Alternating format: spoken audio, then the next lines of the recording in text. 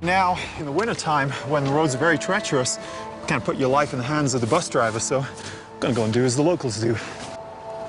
It's a dangerous journey, but for most lay residents, it's their only choice.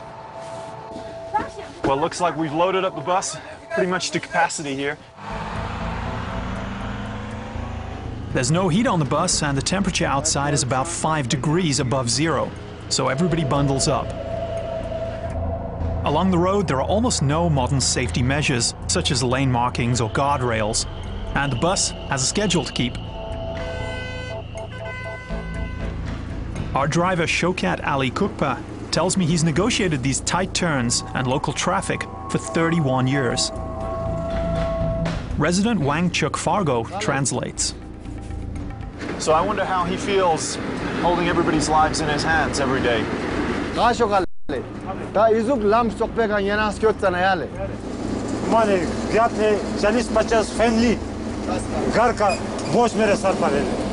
He said he just drive very, very concentrated.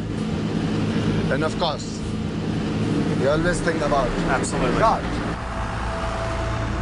So he has never had an accident? I hope today is not the day that his luck changes. But he said it's very harsh. The roads are very, very tough. It's very shaky, it's very bumpy. Sometimes you do meet with a lot of ice, snow, landslides, you know, bridges they just washed out. Climbing this steep grade puts a lot of strain on the engine.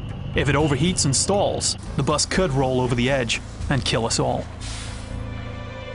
Doing some quick last-minute repairs, open up that to cool down the engine.